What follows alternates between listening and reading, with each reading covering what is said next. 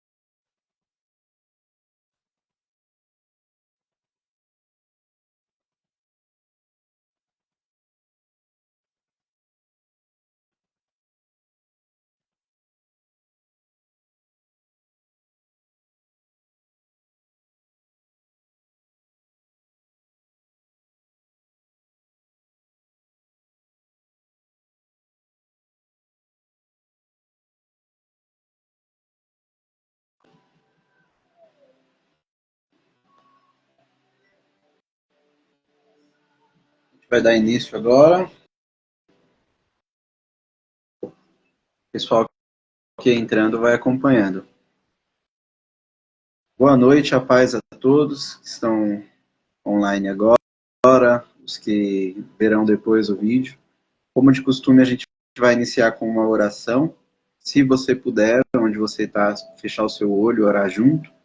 Se não puder, só receba a oração. Pai, queremos te agradecer pelo dia de hoje, mais um dia que o Senhor nos concedeu, estamos aqui. Obrigado pelos livramentos que nos deu na rua para chegar em casa. Pai, aqueles que estão a caminho de casa, que o Senhor guarde, livre de todo mal, traga em paz e em segurança para o seu lar.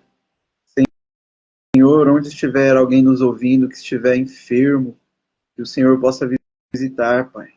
Onde estiver alguém triste, onde estiver alguém angustiado, que o Senhor tire toda essa angústia, Pai. Senhor, pedimos que fale conosco através deste estudo, desta palavra, se faça presente, Pai. Se o Senhor não tiver, de nada adianta. Esteja conosco nesse momento, Pai. Em nome do Senhor Jesus. Amém. Estão me ouvindo bem? Simone, se estiver me ouvindo bem aí, só dá um ok aí, saber se está tudo bem, se está todo mundo me ouvindo, a câmera também.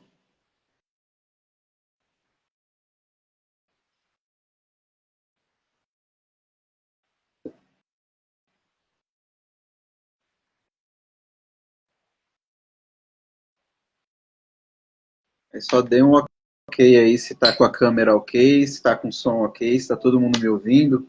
Só manda um ok aqui para mim saber que está tudo bem. Boa noite, irmã Ginelta. Só deem um ok aí para ver se está tudo bem. Aí a Nicole deu um ok. Então, beleza, tá todo mundo me ouvindo, tá todo mundo me vendo. Já oramos, vamos dar início então. Agora são 8h10. Então a gente vai terminar 9h10, tá? Vamos lá. O tema de hoje é um tema, para alguns, meio chato. Tem pessoas que nunca nem ouviram, mas é um tema muito pertinente, é um tema muito importante, é um tema de extrema urgência na igreja e para as nossas vidas. É a doutrina do inferno. Parece, nossa, inferno. Mas por incrível que pareça, Deus, por sua soberania, ele achou graça em falar mais sobre o inferno do que do céu. Você vai encontrar mais detalhes de Jesus pregando sobre o inferno do que sobre o céu. Ele dá mais detalhes, ele dá mais exemplos, mais figuras a respeito do inferno do que do céu. O inferno ele não existe para nos trazer tipo um temor assim de nossa, eu vou para lá, porque o maior desejo de Deus é que nós ame a Ele. Se nós amarmos a Ele, o inferno não é para a gente. O inferno ele foi preparado para o diabo e para os seus anjos, né? Ou seja, todos aqueles que não estão com Deus, automaticamente ele está com o diabo. E o inferno foi preparado para ele e para todos os seus anjos, todos aqueles que vieram com ele quando ele desceu, né, quando ele foi expulso do céu, e também para todos aqueles que não forem achados no livro da vida. Mas isso aí é um tema para as próximas aulas. Hoje nós vamos entender o que é esse lugar. Nós vamos falar sobre a doutrina do inferno, e se o inferno ele é real ou não. Nós vamos iniciar lendo o Evangelho de Jesus, segundo escreveu Mateus, no capítulo de número 10, apenas um versículo, 28. E Jesus fala sobre ele, mas ele fala sobre o inferno em vários capítulos, né? Várias passagens você vai ver ele falando mais sobre o inferno do que do próprio céu. 10, 28, livro de Mateus. Eu estou lendo hoje eu vou ler na revista Almeida Corrigida, que é a minha Bíblia que está com as folhas caindo, que eu mostrei para os irmãos uma vez. Eu queria muito arrumar ela, mas não vai ser possível. Eu vou usar ela só em casa para estudo, porque eu gosto muito dela. Mateus 10, 28. Diz assim: E não temais os que matam o corpo. Se você estiver lendo e tiver uma caneta do seu lado, eu vou pedir para você sublinhar aí. Matam o corpo e não podem matar a alma. Ou seja, não temam os que matam o corpo e não podem matar a alma. Temei antes aquele que pode fazer perecer no inferno a alma e o corpo. Esse vai ser o texto base que a gente vai começar. Aqui é Jesus falando, para a gente não temer aquele que pode matar somente o corpo. O que pode matar o nosso corpo? Pode ser uma faca, um revólver, uma doença, qualquer coisa, um atropelamento, vai matar o nosso corpo. Mas aí ele está dizendo assim, não temam morrer só com o seu corpo.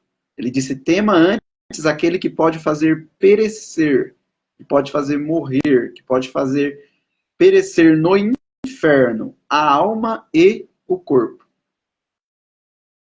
Essa palavra inferno, ela traduzida para o grego, que é o Novo Testamento, no Antigo Testamento a Bíblia é escrita no hebraico e no Novo ela é escrita no grego. É a palavra Gehenna. E hoje a gente vai aprender sobre quatro palavras que é conhecida como inferno, porém tem traduções, tem significados diferentes. Ao longo da história da igreja, foram se criando alguns conceitos, algumas ideias equivocadas a respeito do inferno. E fez com que boa parte da igreja não cresce ou cresce de uma forma totalmente equivocada sobre o inferno. Se hoje se você já ouviu de alguma outra maneira e não acreditar, não concordar com o que eu estou falando aqui, você tem total liberdade de comentar, de me chamar depois no particular para falar também, tá? Então, se você não concorda, eu só vou pedir para você ouvir até o final, para que você possa entender o conceito bíblico que eu estou pregando, tá? Explicando hoje. Existem 4 palavras na Bíblia, que é Sheol, Hades, Tártaros e Guiena. Só que, como eu falei aqui sobre os pontos equivocados, eu vou falar sobre 3 que eu estudei. Esse estudo meu, ele não é um estudo atual. Eu já preguei sobre isso há uns 3, 4 anos atrás, algumas vezes, e eu somente dei uma atualizada nesse estudo. A primeira parte, o tipo de pessoa que crê de uma forma equivocada, é o agnosticismo. Agnosticismo significa não conhecimento, que é a palavra grega gnosis, que é conhecimento. Gnosis significa conhecimento, e a partícula a é um não, é negativo. Então é não conhecimento. O que significa isso? São pessoas que acham que por não ter um conhecimento tão amplo do inferno, algo que ninguém viu, ninguém foi até lá e voltou, ninguém tem foto, ninguém tem nada que comprove, então é algo que não existe. Eles não creem que existe porque não tem provas o suficiente para acreditar que existe. Ou seja, ninguém foi, voltou, relatou, enfim, não tem nenhuma alguém assim que fala eu fui até lá. Exceto tem pessoas que você ouve testemunhos e tal, mas eles falam que não tem nada físico. Não que eu não creia em testemunhos, mas eu creio mais na palavra, né? Eu creio no que está escrito aqui na Bíblia. Então, e quem crê, quem é esse tipo de pessoa hoje? Agnosticistas. São ateus. São pessoas ateístas que não creem em Deus e também não creem no inferno. Segundo tipo de espécie, aniquilacionismo. Não é uma palavra estranha, não é uma língua estranha. Aniquilacionismo vem também da palavra grega nihil, ex nihil, que significa do nada, e a partícula a. A partícula a é a negativa. Do nada. É reduzir a nada. São uma classe de pessoas que acredita que quando a gente morre, o nosso corpo ele vai para a sepultura e tanto o corpo quanto a alma é aniquilado, some, desaparece, vira um pozinho e o vento leva e a gente não vai existir mais. Isso são aniquilacionismos. Que tipo de espécie crê nisso hoje? Que tipo de pessoas creem nisso hoje? Os testemunhos de Jeová. Pode ser que alguns não, alguns sim, mas aqueles que estudam o que eles ensinam, o que as testemunhas de Jeová ensinam, eles ensinam sobre a teoria do aniquilacionismo. Que nós somos aniquilados após a morte. O terceiro é um dos mais perigosos, é o universalismo, que significa cata rolos, que significa junto e todos, que é uma espécie de pessoas, um tipo de pessoas que acredita que todos vão para o céu. Todos. Ao ponto deles, se você quiser ir mais profundo sobre isso, pesquisa depois no Google lá, universalismo, aniquilacionismo, para você poder ter uma ideia melhor, que eu não vou poder explicar muito aqui para a gente ir para mais coisas. Mas eles acreditam que até mesmo o próprio Satanás vai ter perdão, que tudo vai ser restaurado. Todo mundo, no fim das contas, quem estudou, quem não estudou, todo mundo passa de ano. Todo mundo vai ir para o céu. Naquele grande dia, quando Jesus voltar, ele vai restaurar tudo ao ponto de até o próprio Satanás receber perdão, sendo que a própria Bíblia diz que ele já foi, já é derrotado, já perdeu. Só está esperando o grande dia para ele ser lançado no lago de fogo. E é um assunto também para uma outras aulas.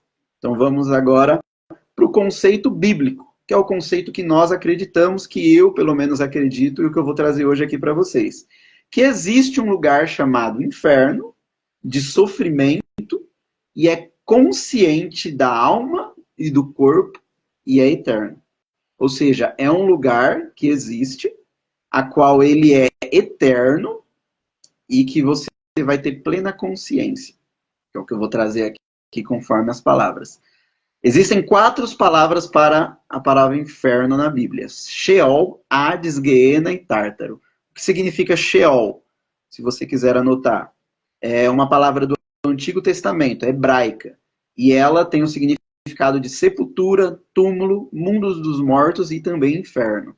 Então, Sheol ele é usado para descrever sepultura. Por exemplo, Davi, nos Salmos, que ele fala da onipotência de Deus, ele fala: se eu fizer a minha cama no Sheol, também estará lá. Se eu estiver no céu, o Senhor também estará lá. Sheol significa sepultura, mundo dos mortos. A palavra Sheol. A palavra Hades é uma transliteração do grego para o hebraico. Tem o mesmo significado de Sheol, porém no grego. Como eu falei, tem a palavra hebraica e tem a palavra grega. E Tártaros é mencionado uma única vez na Bíblia, nas cartas de Pedro, que ele fala sobre abismos, onde estão os demônios aprisionados até o dia do juízo. Então, Tártaro significa um abismo, onde estão todos os demônios aprisionados até o dia do juízo, que eles serão julgados e lançados no lago de fogo eterno. E o último, que é o que a gente vai falar aqui, é o Guiena. Guiena.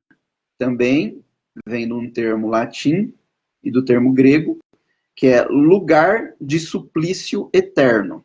Lugar de suplício eterno. Se você pesquisar no dicionário, vai ter essa tradução. E esse Guiena, ele é chamado de Vale de Rinom, que é a palavra mais forte que expressa o inferno. Vale de Rinom, que é Guiena. Ge mais Rinom. Ge é vale e Rinom. Guiena, Vale de Rinom. O que é o Vale de Rinom? É o local onde os reis ímpios e Manassés, que é um dos mais conhecidos, queimavam seus filhos ao deus Moloque.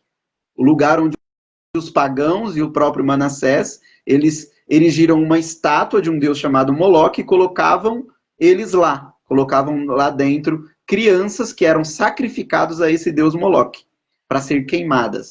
Então, no Antigo Testamento, você vai encontrar isso no livro de Jeremias. Se eu não me engano, é Jeremias 7. Eu não anotei aqui agora, mas depois eu vou colocar aqui para vocês. Mas eu acho que é Jeremias 7.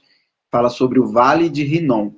E Jesus, ele trouxe uma clareza sobre esse vale, mostrando o que é esse Vale de Rinom.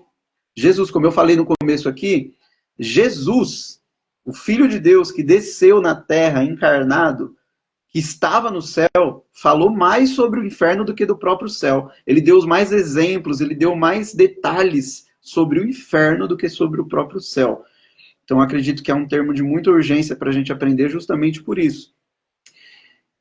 Então, nós vamos ler Marcos, capítulo de número 9, verso de número 47. O que era o Vale de Rinom? O Vale de Rinom era um local onde ficava fora de Jerusalém, era em Jerusalém, mas era fora das portas de Jerusalém, onde era incinerado o lixo orgânico e inorgânico. Era um lixão onde era depositado comidas, roupas velhas que não usava mais, plásticos e também próprio pedaço de membros de pessoas, animais que morriam eram jogados lá, e todo o lixão da cidade de Jerusalém era depositado nesse Vale de Rinom, que existe até hoje, porém tem outro nome, mas tem o mesmo significado. E lá era um local onde as pessoas colocavam um lixo, e era tanto lixo que, para esse lixo se decompor, ele tinha fogo, eles queimavam, ateavam fogo lá dentro, e aquele fogo ele não se apagava, porque eram tantas pessoas a todo momento indo lá jogar vários tipos de lixo, que aquele fogo ele não se apagava. É um buraco gigante onde as pessoas jogavam lixo, e era tanto lixo jogado que aquele fogo ele não se apagava, porque as pessoas alimentavam com coisas que ia jogando lá. Então, conforme você vai alimentando, o fogo ele não apaga, ele só vai crescendo. Por isso que Jesus, agora a gente vai ler Marcos capítulo 9, versículo 47 e 48. Marcos 9, 47 e 48. E se um dos teus olhos te fazer tropeçar, arranca-o, pois é melhor entrares no reino de Deus com um só dos teus olhos, do que tendo os dois seres lançado no inferno, onde não lhes morre o verme e nem o fogo se apaga. E a palavra inferno usada por Jesus aqui é a palavra Gehenna, que é a palavra que expressa o fogo que nunca apaga. Jesus aqui, ele está dizendo, olha, se você for lançado no inferno, é um lugar onde o verme não morre e o fogo não se apaga. E ele coloca essa palavra como vale de Rinom. Ele traduz essa palavra inferno como vale de Rinom, Gehenna, que é o lugar onde o fogo não se apaga. Então ele detalhou, ele disse, olha, quem for para o inferno vai para um lugar onde o verme não morre e o fogo não apaga. O fogo nunca se apaga. Então ele está dizendo, lá é um lugar de tormento eterno. Nunca se apaga o fogo. Então Jesus, ele disse isso. E tendo em vista esses 4 tipos das palavras inferno, a gente detalhou agora o Gehenna, a gente vai falar sobre quem morre hoje, para onde vai? Em primeiro lugar, o crente, aquele que crê em Deus, crê em Jesus, que foi restaurado, que é um crente em Deus, um cristão, filho de Deus, que morre hoje. Para onde vai? O corpo ele vai para o cemitério. Na época era sepultura, hoje conhecido como cemitério. O corpo, ele vai para o cemitério. Tem pessoas que acreditam na dicotomia, que é somente alma e corpo, e algumas teologias apresentam alma, corpo e espírito. Eu, particularmente, acredito nessa, que é alma, corpo e espírito, que nós somos tricotômicos, que nós temos um corpo físico, uma alma e o espírito. Quando nós morremos, o corpo, cemitério, alma. Alma é onde ela vai ou para o céu ou para o inferno. Essa é a alma. E o espírito, ele é de Deus. É o espírito que Deus ele soprou o fôlego de vida sobre o homem. Esse espírito, tanto do ímpio quanto do salvo, volta para Deus, porque é o espírito dele. Ele pega de volta o espírito dele, tanto do ímpio quanto do salvo. A alma ou volta, ou vai para ele, ou vai para o inferno. É para onde vai quem morre hoje. Existe uma interpretação, ao meu ponto de vista, equivocada sobre 1 Tessalonicenses 4,13, que diz: Irmãos, não queremos que vocês sejam ignorantes quanto aos que dormem, para que não se entristeçam com os outros que não têm esperança. As pessoas acreditam no sono da alma, que a pessoa quando morre, ela fica em um sono. Só que aqui, Paulo está usando um eufemismo, que é o quê? É você utilizar um outro tipo de palavra para não assustar, uma palavra mais leve. Por exemplo, quando a gente vai dar uma notícia, fulano morreu. Às vezes a gente fala, fulano descansou, né? Fulano foi fazer uma viagem longa, quando dizem para as crianças. Ele usou um eufemismo. Não se enganem com aqueles que dormem, mas aqui ele está dizendo com que morreram. Morte. Então, o salvo, ele vai para o paraíso. Salvo quando morre, a alma vai para o paraíso, o corpo para o cemitério, o espírito, Deus. Então, salvo morreu, ele já vai automaticamente para com Deus. Por quê? Qual que é a base bíblica para isso? Por exemplo, aquele ladrão na cruz. Ele estava ali, ele se arrependeu, e ele falou, Senhor, lembre de mim quando entrar no teu reino. E Jesus falou, olha, ainda hoje você estará comigo no paraíso. Então, ou seja, ele não precisou esperar nada, ele não precisou passar por nenhum ritual. Jesus falou, hoje mesmo, você vai estar comigo, porque ele ia morrer, ele foi condenado à morte. Então, ou seja, é automático, é instantâneo, morremos, tanto que Paulo mesmo, ele vai dizer, ele fala em Filipenses, eu queria muito partir para estar com Cristo, só que aprove a Deus que eu fique vivo em favor de vocês. Então Paulo está dizendo, eu queria partir para abraçar Jesus, para estar com ele, esse homem que eu dediquei a minha vida. Então, ou seja, quando a gente morre, automaticamente, nós salvos em Cristo, vamos encontrar ele. Então, isso é automático. Morreu, nós vamos ver a Deus. Em nome de Jesus, eu creio nisso. E agora a gente vai falar sobre a parte mais triste, sobre, infelizmente, os ímpios, aqueles que não estão com o nome escrito no livro da vida, não entregou a vida para Jesus, não são salvos. Nós vamos falar sobre isso, segundo a Bíblia. O corpo, cemitério também. Espírito, volta para Deus. E a alma? A alma ela vai para o Hades. Lembra que a gente explicou? Sheol, Hades, Tártaro e Guiena. Guiena é um local onde, vamos dizer assim, ele não foi inaugurado ainda. Ele é o lago de fogo preparado, já está preparado para o diabo e seus anjos, e todos aqueles que não forem achados no livro da vida. Ele é preparado para a volta de Jesus. Vamos dizer assim, que ainda... Sabe quando a gente compra alguma coisa lá, uma casa, e coloca uma faixa e inauguram? É como se ninguém tivesse inaugurado ainda lá, né? Mas já sabe que tem um destino, sabe quem estarão lá. Foi preparado, que é o local onde vai perecer, segundo o livro que a gente leu aqui no começo, Mateus 10, 28. Alma e corpo. E o Hades? O Hades é para onde vai a nossa alma. Onde a alma, nossa não, a alma de todos os ímpios, aqueles que não forem achados no livro da vida segundo a Bíblia. Então, a alma vai para o Hades. Todos os ímpios que morreram, estão lá, independente de qual seja a data. É o lugar onde está a alma. Aquelas pessoas que morreram 10 anos, 20, 50, 100, 500 anos atrás, sem salvação, estão lá. É eterno.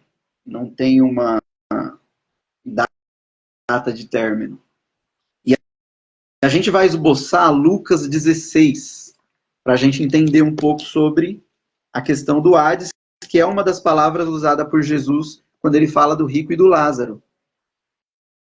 Lucas, capítulo de número 16, versículo 19. A gente vai dar uma acelerada aqui. Lucas 16, verso 19. Ora, havia um homem rico e vestia-se de púrpura e de linho finíssimo, e vivia todos os dias regalado e esplêndida. Havia também um certo mendigo chamado Lázaro, que jazia cheio de chagas à porta daquele, e desejava alimentar-se com as migalhas que caíam da mesa do rico. E os próprios cães vinham lamber-lhes as chagas. E aconteceu que o mendigo morreu. Foi levado pelos anjos para o seio de Abraão. Morreu também o rico e foi sepultado. E no Hades, que é a palavra inferno, traduzida aqui para Hades, ergueu os olhos, estando em tormentos no plural, e viu ao longe Abraão e Lázaro no seu seio. E clamando disse, Pai Abraão, tem misericórdia de mim, manda Lázaro que molhe na água a ponta do seu dedo e me refresque a língua, porque estou atormentado nesta chama.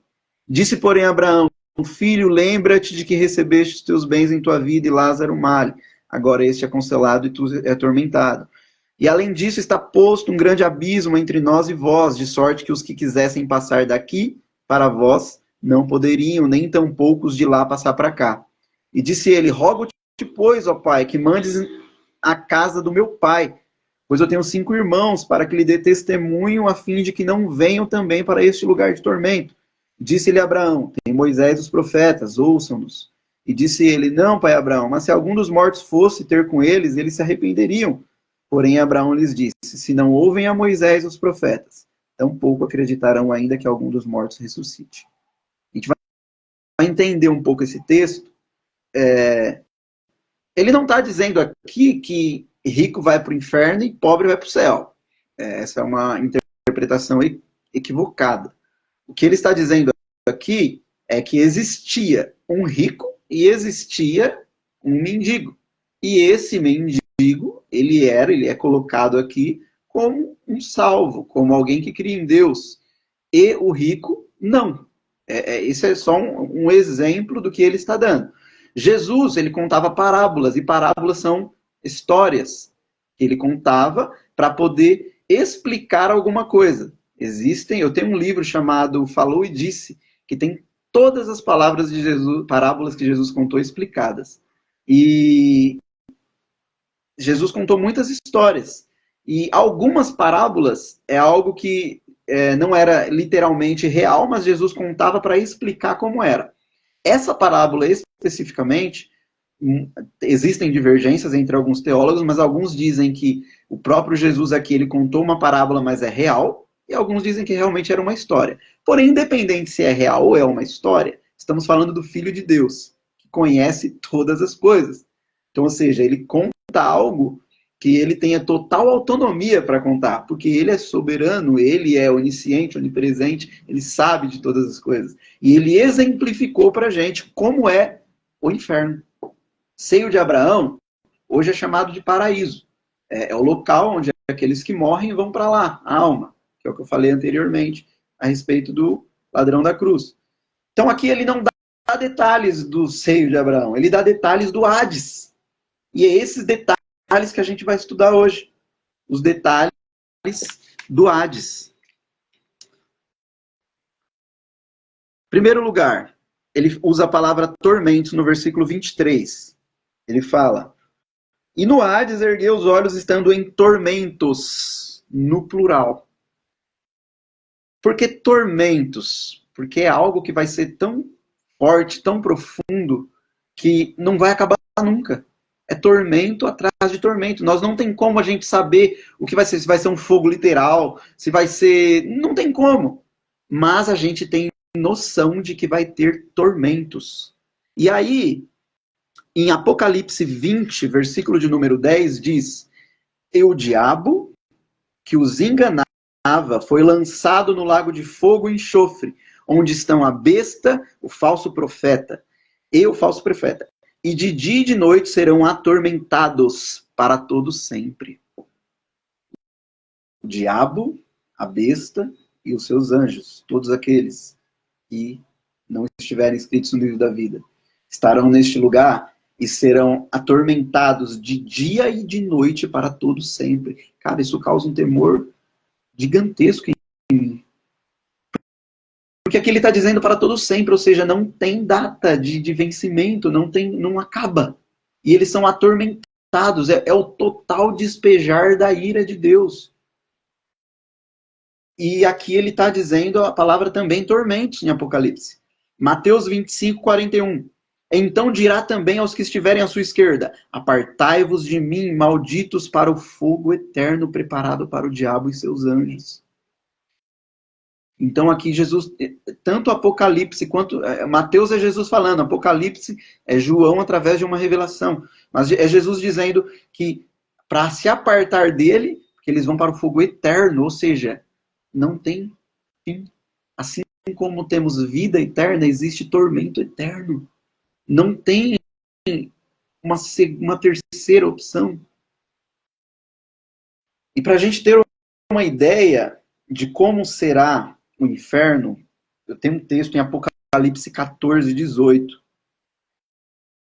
Eu fui pesquisar o que era realmente esse lagar para a gente poder ter uma noção. Apocalipse 14, 18 a 20. Se você puder, acompanhe na sua Bíblia, Apocalipse 14, 18.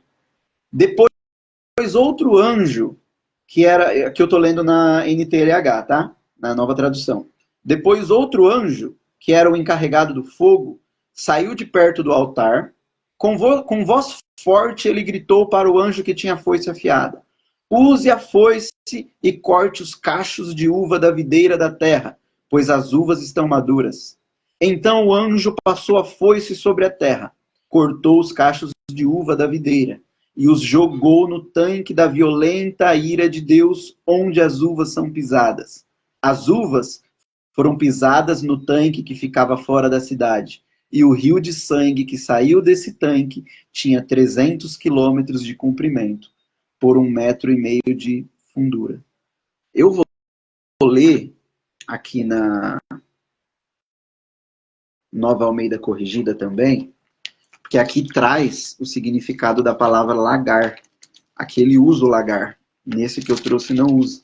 14, 18. Apocalipse. Saiu do altar outro anjo que tinha poder sobre o fogo, e clamou com grande voz ao que tinha foice aguda, dizendo: lança tua foice aguda, e vindima os cachos da vinha da terra, porque já suas uvas estão maduras. E o anjo meteu a sua foice à terra, vindimou as uvas da vinha da terra, e lançou-as no grande lagar da ira de Deus. E o lagar foi pisado fora da cidade, e saiu sangue do lagar até aos freios dos cavalos, pelos espaços de 1.600 estádios. Irmãos, o que é o lagar? O lagar era o local onde as pessoas, os viticultores, aqueles que produziam vinho, eles eram um caixote gigante, grande, né, que cabia uma pessoa, eles lavavam bem os pés. Quem assistiu The Chosen aqui viu isso lá acontecendo na série. E ele tirava os cachos da uva, que já estavam maduras, não poderiam ser uvas que ainda não estavam maduras, tinha que estar bem madurinha. Tirava todas as uvas de lá, jogava nesse tanque, e ali ia pessoa com os pés lavados, por isso que depois a Bíblia vai dizer que Jesus, ele tinha os pés de bronze polido, ou seja, ele está com os pés limpos. E ali, aquela pessoa começava a pisar, e passava horas ali pisando naquelas uvas. E aquelas uvas, conforme elas iam espremendo, existiam canos embaixo do caixote, dutos, que saía e ia para um balde, para um recipiente. E aí aquele caldo, aquela substância que saía das uvas, era transformada em vinho. A gente teve uma noção do que é isso, né? E agora a gente vai entender o que é essa figura que Apocalipse está usando. Esse lagar, ele é o inferno. O que é o lagar? O caixote. O caixote é o inferno. É o vale de Rinom. É o Guiena. E quem é o viticultor? Não, quem são as uvas que são jogadas lá dentro? São os pecadores. São todos aqueles que não forem encontrados escritos no livro da vida. Rebelam contra Deus, que não acreditam em tua palavra, que não são salvos, não são considerados filhos. Essas pessoas, elas estarão dentro desse lagar. Elas são comparadas como essas uvas, serão jogadas no lagar. E quem é o viticultor, o que pisa nas uvas? É Cristo. É o Cordeiro. É a ira do Cordeiro. A Bíblia vai chamar da ira do Cordeiro. O Cordeiro não tem ira, o Cordeiro é um animal manso. Só que vai dizer que ele vai ficar irado. O Cordeiro, a ira do Cordeiro, naquele grande dia, ele estará nesse lagar, pisando nessas uvas. E o que são os caldos que saem dessas uvas? O sangue de todos aqueles que estiverem no lagar da ira de Deus. Então, olha a explicação que Apocalipse traz sobre Guiena, sobre o Vale de Rinom. Ele é conhecido como o lagar da ira de Deus. Irmãos, é Deus, é Jesus pisando com muita força.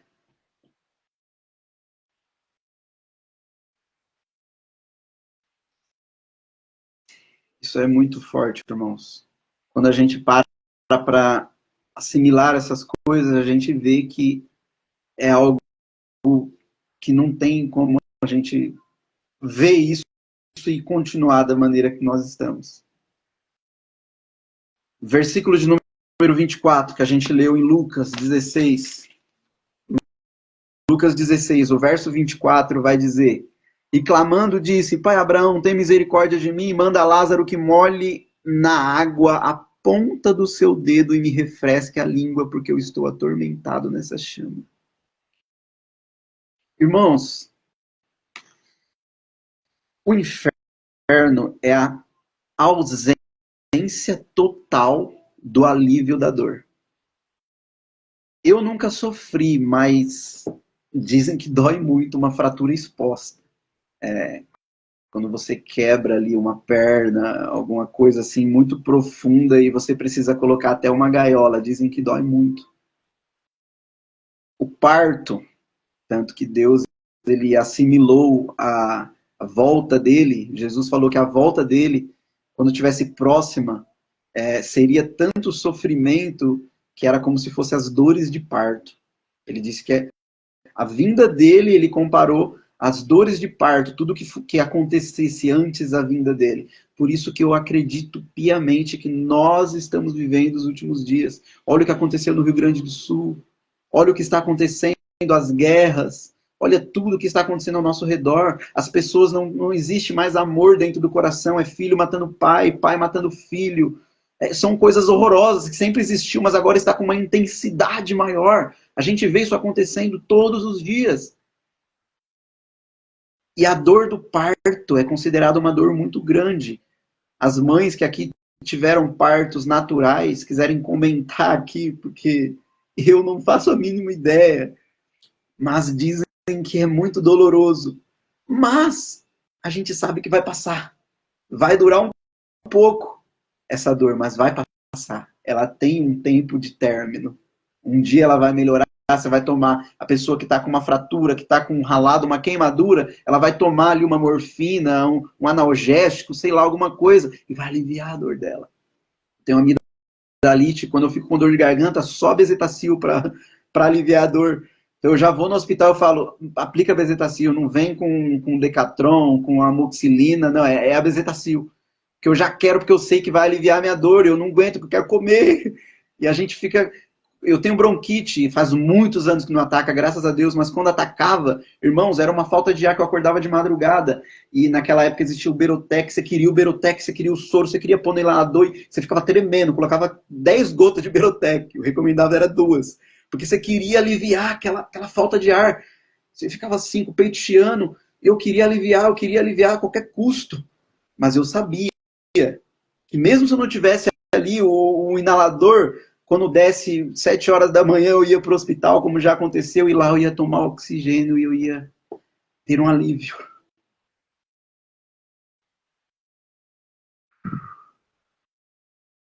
O inferno não tem alívio. Olha só esse exemplo que Jesus dá. Molhe na água a ponta do seu dedo e me refresque a língua, porque eu estou atormentado nessa chama. E isso não tem fim, é para todo sempre. E eu sei que existem pessoas que eu amei, amo, que eu conheço, que eu gosto, que estão lá.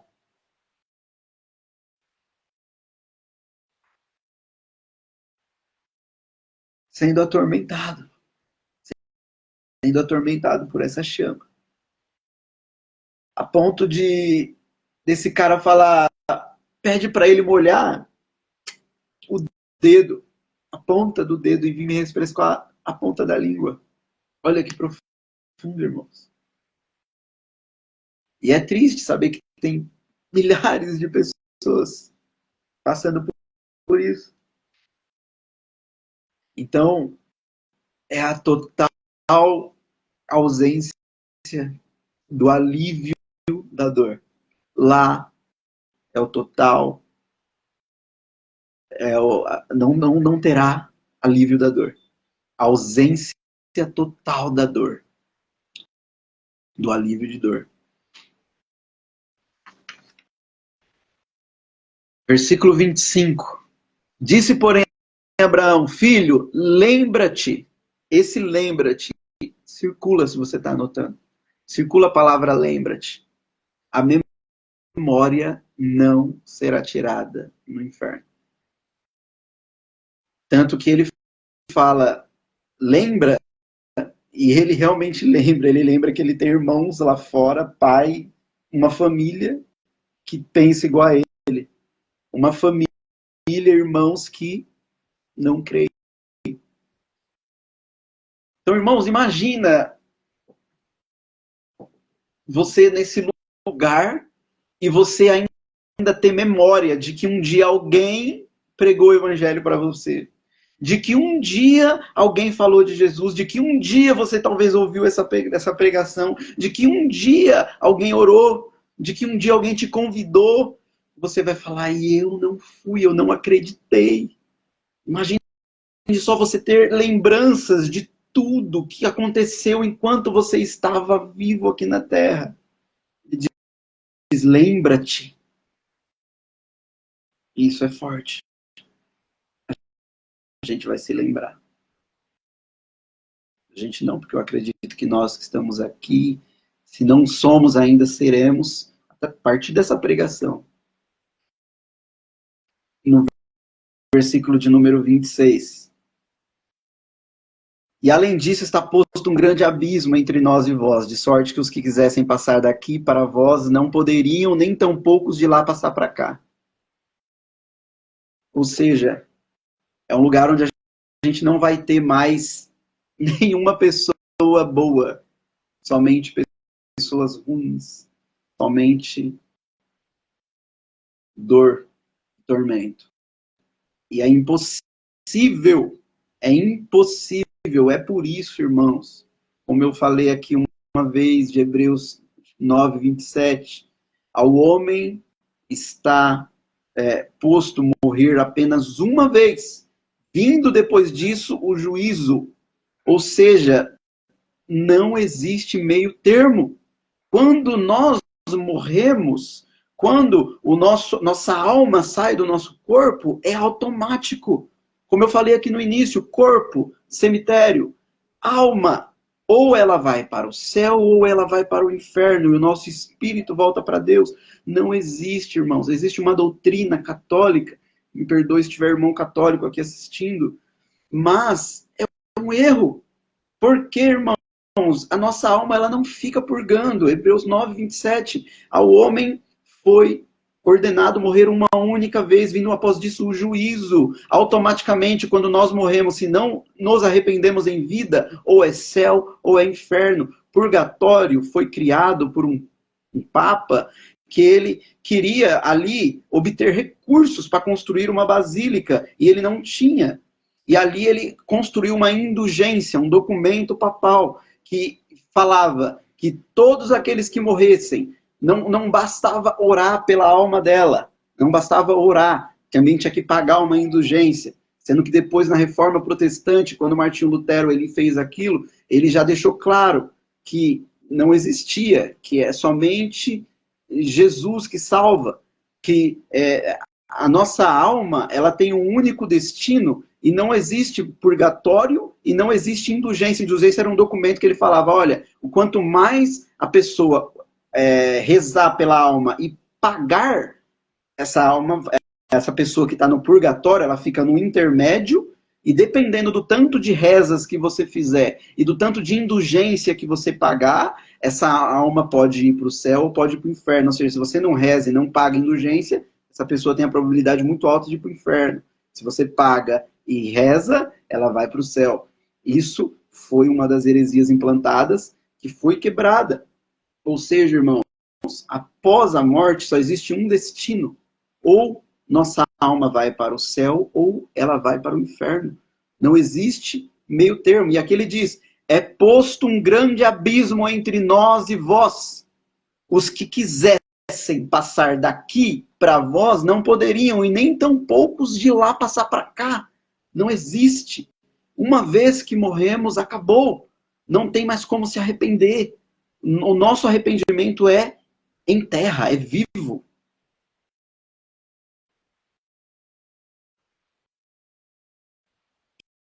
E ele vai mais além, no 28 ele diz, no 27, disse-lhe, eu te rogo, Pai, envie, mande a casa de meu pai.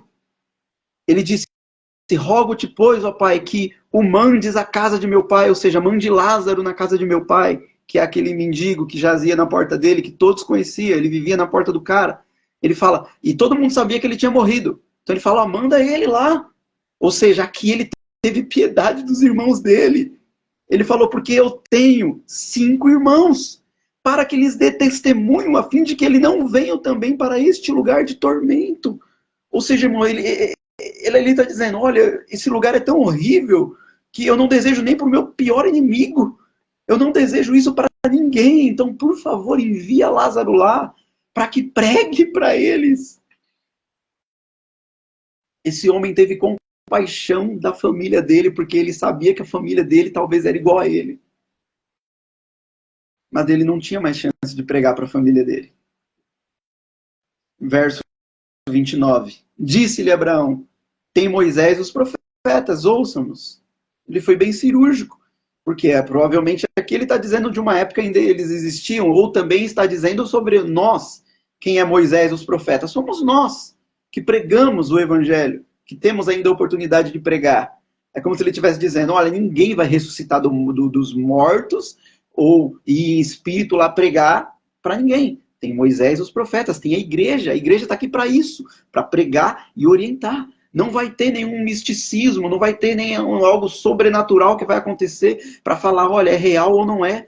Aqui quebra os agnosticismos, que não acredita que existe nenhuma prova. A prova é essa. A prova é essa. A igreja pregando o que Jesus deixou aqui. E se lá naquele grande dia, as pessoas que estiverem lá vai lembrar disso. E aí ele diz, no verso de número 30, e disse ele, não, pai Abraão, mas se algum dos mortos fosse ter com eles, eles iriam se arrepender. Porém, Abraão disse, se não ouvem a Moisés e os profetas, tampouco acreditarão, ainda que algum dos mortos ressuscite. O que está dizendo sobre Jesus? E tem pessoas que, infelizmente, mesmo Jesus morrendo, ressuscitando, não acreditam. E nem que se ele aparecer hoje novamente e pregar para essas pessoas, elas não acreditarão. Ou seja, a palavra é suficiente. Se não creu na palavra, não vai crer em mais nada. Porque é somente as escrituras, é nela que nós devemos nos apoiar, é nela que nós devemos acreditar. Aleluia. Infelizmente, falo com dor no coração. Tem pessoas que talvez vão ouvir depois essa mensagem, talvez estarão lá. Porque vai ouvir, vai continuar do mesmo jeito, com a mesma vida, não vai procurar entender. Hoje não dará tempo, eu vou falar só sobre um resuminho, mas na próxima aula, no próximo encontro em Cristo aqui, conectados, eu vou trazer uma explicação sobre Jesus, sobre a salvação em Jesus, bem minuciosa. Mas, irmãos, como não ir para um lugar desse? Romanos 10, 13. Porque todo aquele que invocar o nome do Senhor será salvo. E aí ele continua. Como, pois, invocarão aquele em que não creram? E como crerão naquele de que não ouviram? E como ouvirão se não há quem pregue? Todo aquele que invocar o nome do Senhor será salvo. Mas como invocarão de quem não conhece? E como crerão se não ouviram? E como ouvirão se não há quem pregue? Esse é um convite para você, que já é salvo, talvez está acomodado, a pensar nisso e começar. E pregar, irmão, não significa você estar aqui na frente de uma live ou estar em cima de um altar, não. Pregar é você conversar num a um com alguém, orar por alguém antes de falar. Isso é a pregação. Isso é instituído a todos, não é somente a um pregador.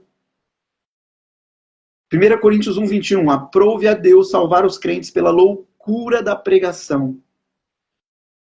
Aprove a Deus salvar, não enviando um anjo para vir aqui, não. Ele enviou Jesus uma única vez e agora é papel da igreja pregar. É a loucura da pregação. É loucura, porque é algo louco. Você acreditar que um Deus, que é um Deus todo-poderoso, veio em forma humana e morreu. É algo loucura. Por isso que Paulo fala, não me envergonho do evangelho. Porque era vergonha, principalmente para ele que pregava para grego. Era uma vergonha dizer que alguém que se titulava Deus morreu. Foi maltratado. Eu vou trazer um breve coisa aqui para a gente concluir. E na próxima aula eu vou trazer isso mais explicativo. De que devemos ser salvos, irmãos? Não é do inferno. Nós devemos ser salvos de nós mesmos. Quando Deus cria o homem para um relacionamento com ele. Onde foi colocado, Deus descia todos os dias. O homem era inocente. Ele só conhecia Deus. Deus, ele entregou tudo ao homem. E Deus, ele colocou uma opção. Porque se Deus não coloca uma opção, ele está dizendo, você é só meu e pronto, acabou. Não. vou te dar uma opção de escolha. Você pode, você está aqui comigo todos os dias, eu te dei todos esses deleites, e era a própria presença de Deus. Imagine, irmãos, se Moisés, quando subiu e ficou 40 dias no monte, voltou com o rosto dele todo brilhando, ao ponto de ter que colocar um véu. Imagine Adão, que vivia com o próprio Deus. Ele era um homem luminoso, cheio de brilho. Só que Deus colocou uma opção e falou, se você...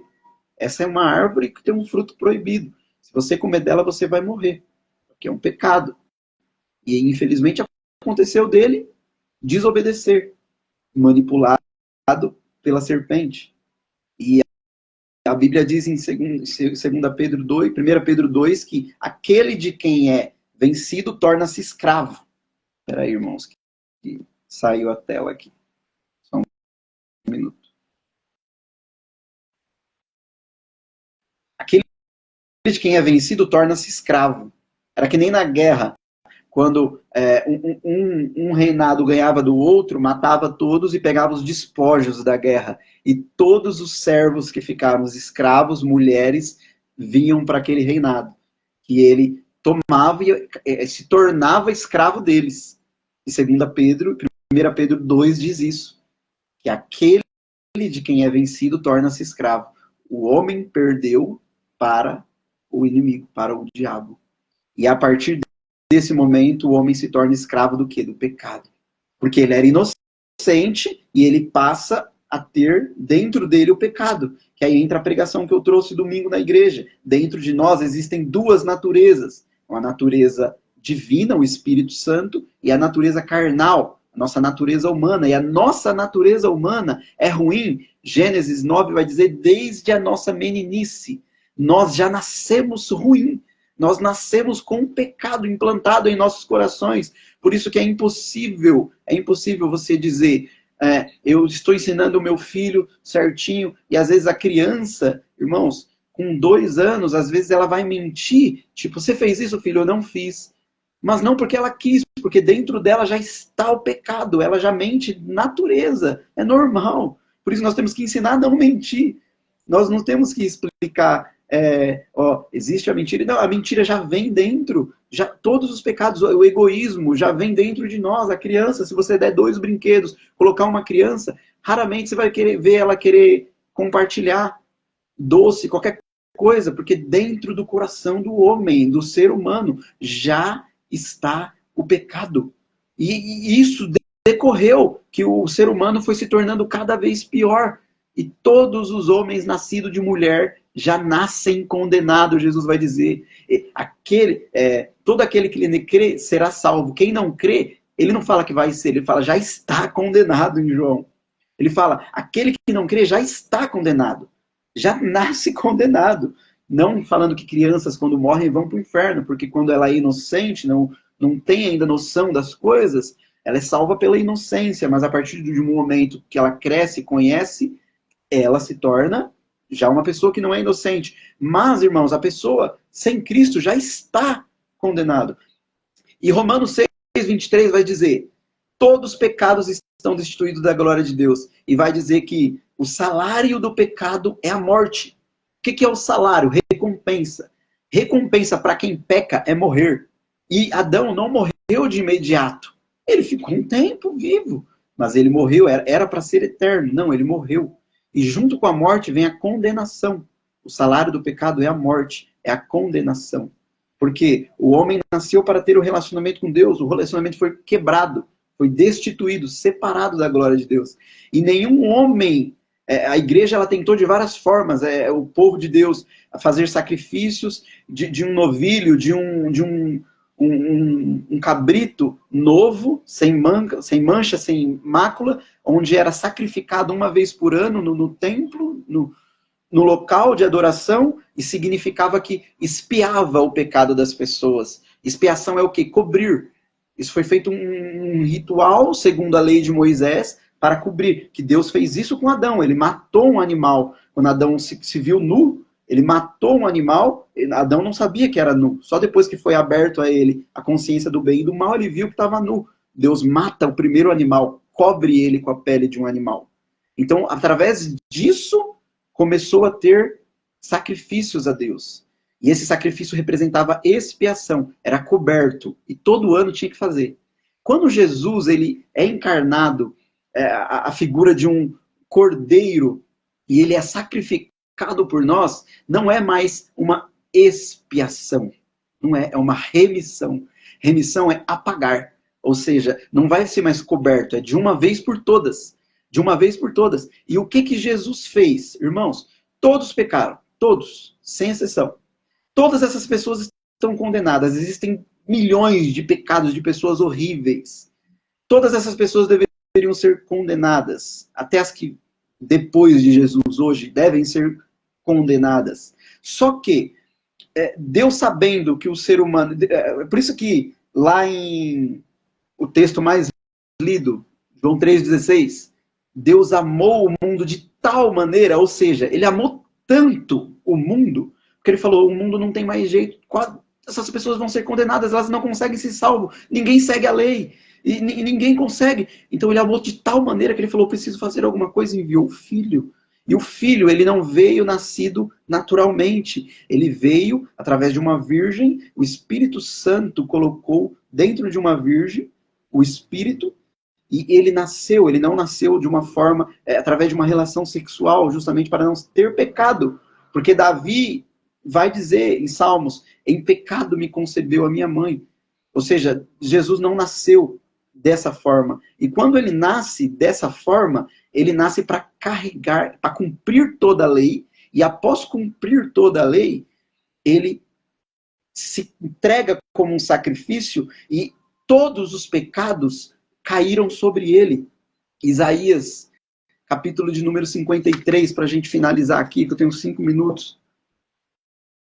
Isaías 53, que a gente começou em 10.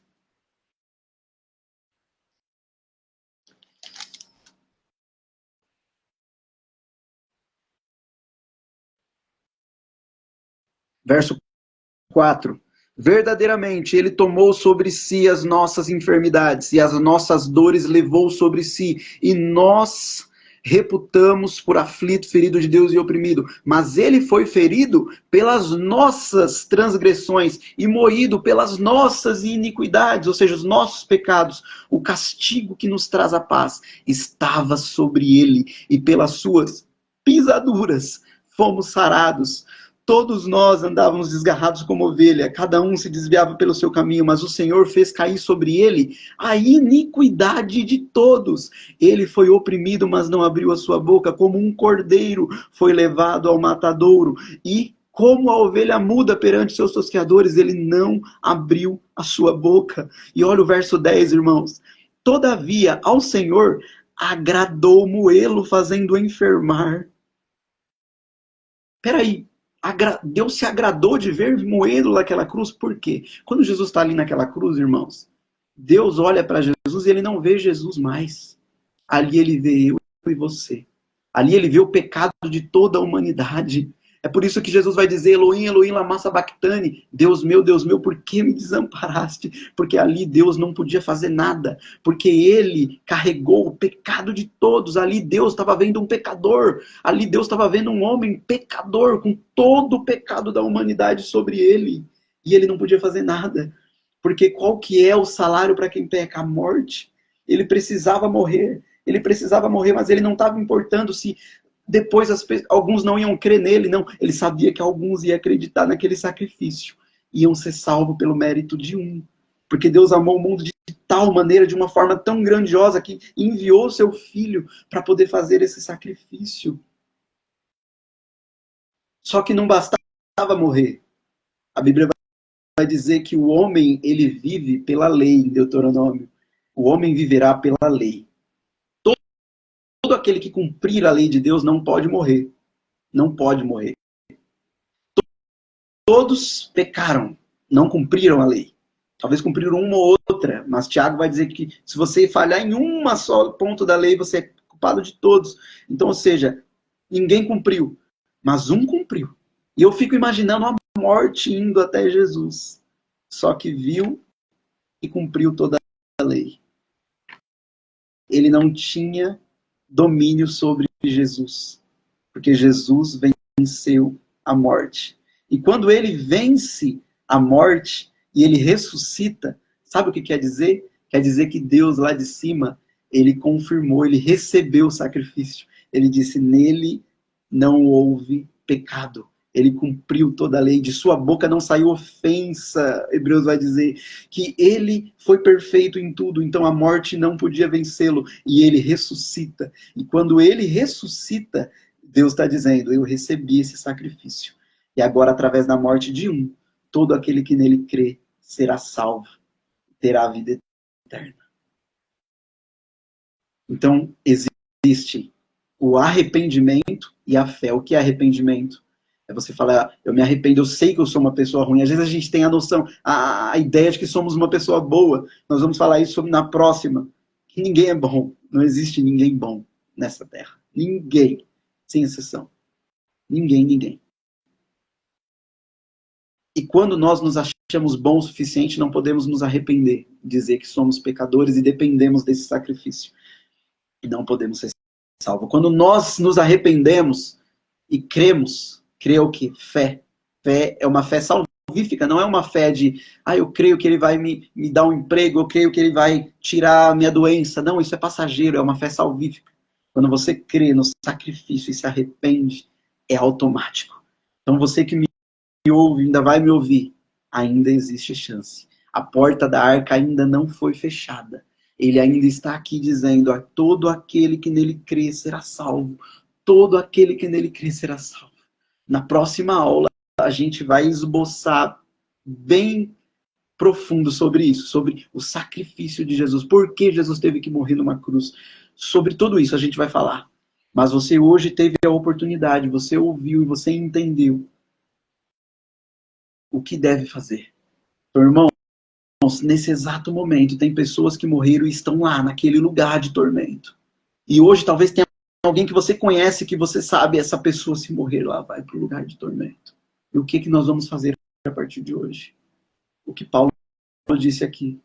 Como ouvirão se não há quem pregue? Então, a partir de hoje, irmão, seja incumbido de levar o evangelho a essas pessoas, de orar por essas pessoas.